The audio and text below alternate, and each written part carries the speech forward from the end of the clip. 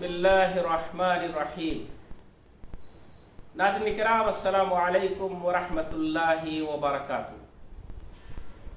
زکوٰۃ کے مسئلے کو لے کر ایک مسئلہ بڑا ہنگامی بنا ہوا ہے، اس لیے ناظرین کرام میں چاہتا ہوں کہ اس کی وضاحت ہو جائے، ورنہ رمضان 2020 کے پلان میں زکوٰۃ اور صدقات پر مستقل ہم نے ایپیسوڈ تیار کیا، انشاءاللہ آپ دیکھیں، اس میں آپ کو فائدہ ہو۔ عورتیں جو زیور کی شکل میں اپنی زیب و زینت کے لیے رکھتی ہیں، چاہے وہ چاندی کا ہو چاہے سونے کا، اس میں زکوٰۃ ہے یا نہیں؟ عمومی طور پر چونکہ ہندوستان بر صغیر میں اور پاکستان اور دیگر بہت سارے علاقوں میں یہ کوئی مختلفی مسئلہ نہیں ہے عموماً، لیکن اہل علم میں اس کا اختلاف ہے۔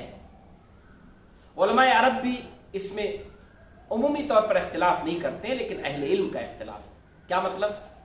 شریعت اسلامیہ دراصل سمجھنے سے تعلق رکھتی ہے، اس کی بنیاد ہے قرآن اور حدیث، اور صحابہ کرام نے جو تشریحات نقل کی ہے، صحابہ کرام سے رسول اللہ صلی اللہ علیہ وسلم کے زمانے کا جو عمل نقل ہے، وہ ساری چیزیں صحابہ کرام کا اس پر رائے کیا ہے، یہ سب اہمیت رکھتی ہے، لیکن بنیاد ہے قرآن اور حدیث۔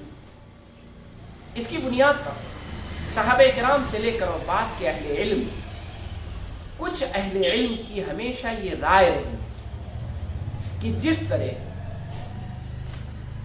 گھر، ضرورت کی چیزیں، فیکٹری، گاڑیاں، اس طرح کی چیزوں میں زکوٰۃ نہیں ہے، اسی طرح گویا کہ عورت جو اپنے زیب و زینت کے لیے مختصر سے زیورات بنواتی ہے، اس میں بھی زکوٰۃ نہیں لی جائے گی۔ اور اس سلسلے میں رسول اللہ صلی اللہ علیہ وسلم کے زمانے کا ایک واقعہ ہے کہ رسول اللہ صلی اللہ علیہ وسلم کی ازواج مطہرات میں سے ایک اپنی یتیم بچیوں کے لیے کچھ زیورات بنوا لیتی تھی، تو اس میں وہ زکوٰۃ نہیں دیتی۔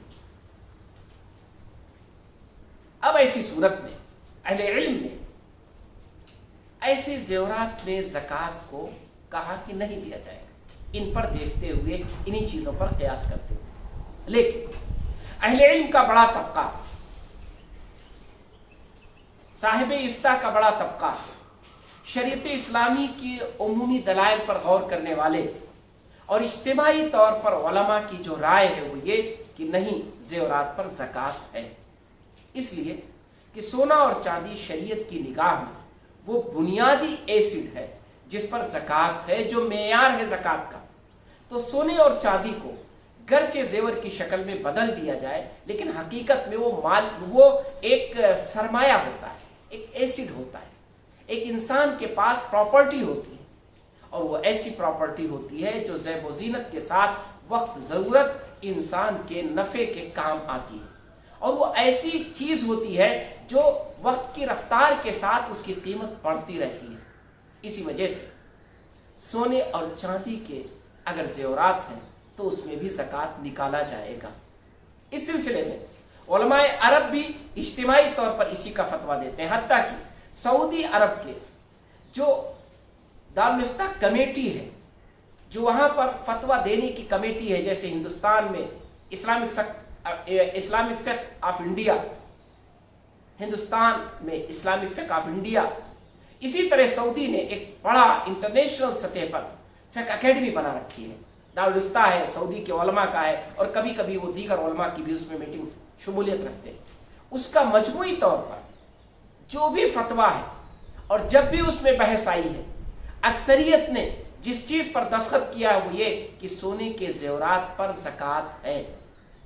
مشہور عالم دین مفتی سعودی عرب کے علامہ ابن باز، علامہ ابن عثیمین، شیخ ابن جبرین، شیخ شنقیطی، شیخ ابوبکر جابر الجزائری اور شیخ البانی، اس طرح کے تمام علماء کرام، اس طرح کے تمام فقہا اور محدثین مشہور، یہ سارے کے سارے زیورات میں زکوٰۃ کے قائل ہیں۔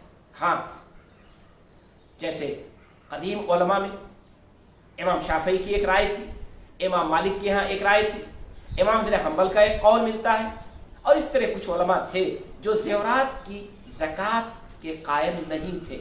लेकिन आइए इसकी हकीकत को समझने की कोशिश करें।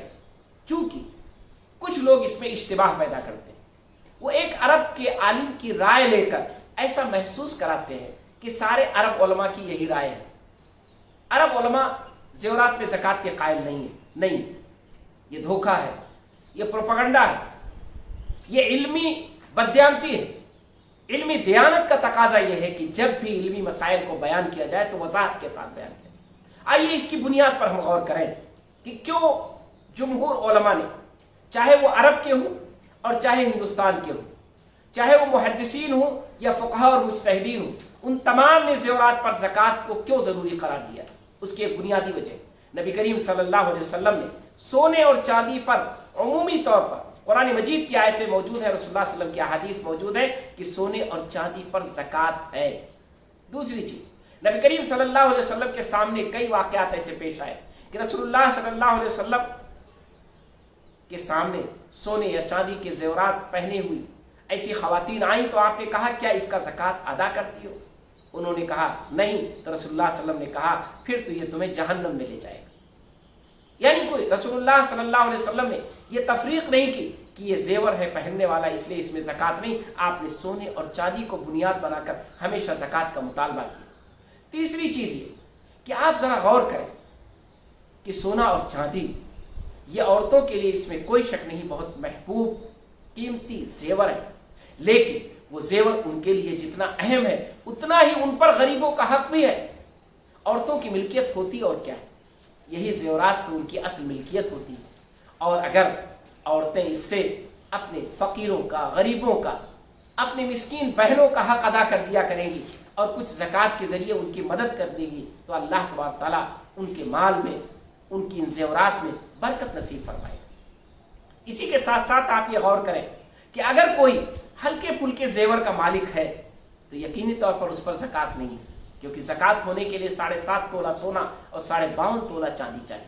तो रसूलुल्लाह सल्लल्लाहु अलैहि वसल्लम ने जिस मौके पर यह फरमाया और जिस चांदी की अंगूठी को देखकर आपने ये फरमाया और जिस जेवरात को लेकर के ये कहा जाता है कि अज़वाज मुतहरात में से रसूलुल्लाह सल्लल्लाहु अलैहि वसल्लम की एक बीवी, खास तौर पर आयशा रज़ियल्लाहु ताला अन्हा, वो अपने यतीम बच्चियों के जेवर का ज़कात नहीं देती थी। आप मुझे बताएं उन यतीम बच्चियों के जेवर थे ही कितने रहे होंगे? 7.5 तोला सोना, 7.5 तोला सोना तो रसूलुल्लाह सल्लल्लाहु अलैहि वसल्लम के अज़वाज मुतहरात के पास भी नहीं था। 7.5 तोला सोना उस जमाने में कितने लोगों के पास था?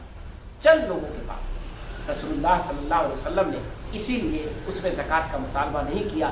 तो इज्तिमाई तौर पर आज चूँकि सोना और चांदी ये एक बड़ा एसिड है और इसके ज़रिए इंसान जेवर भी बनवाता है ताकि ज़ैब व ज़ीनत के काम आए और इसके ज़रिए उसका एक बड़ा सरमाया महफूज हो जाता है। इस वजह से जेवरात के ज़कात में मशकूक नहीं होना चाहिए, बल्कि उसमें ज़कात की अदायगी करनी चाहिए। और बाज़ अहले इल्म का जो कौल है, उनका इज्तिहाद है, उसे हमें जानना चाहिए, नकल करना चाहिए, समझना चाहिए। और किसी के पास अगर मामूली जेवर है ही और 7.5 तोला सोने से कम है तो यकीनी तौर पर उसको ज़कात नहीं देनी है, लेकिन उमूमी तौर पर जेवरात में ज़कात दी जाएगी। दलाइल इसी के हक में है, कुरान और सुन्नत इसी की तायीद करती है और अहले इल्म का जमहूर तबका मुख्तलिफ मसालिक का, मुख्तलिफ स्कूल ऑफ थाट का, वो इसी फेवर में है। इसलिए ज़ेवरात के ज़कात के सिलसिले में किसी किस्म का शक व शुबहा नहीं पैदा करना चाहिए। और वो लोग जो इल्मी ख़यानत के मुर्तकिब होते हैं, एक आलिम की राय को ऐसा महसूस कराते हैं कि अहले अरब, अहले इल्म, उनका ये राय है, उनका ये कौल है कि ज़ेवरात में ज़कात नहीं है, वो दरअसल धोखा है। उस धोखे में आने की हमें और आपको ज़रूरत नहीं।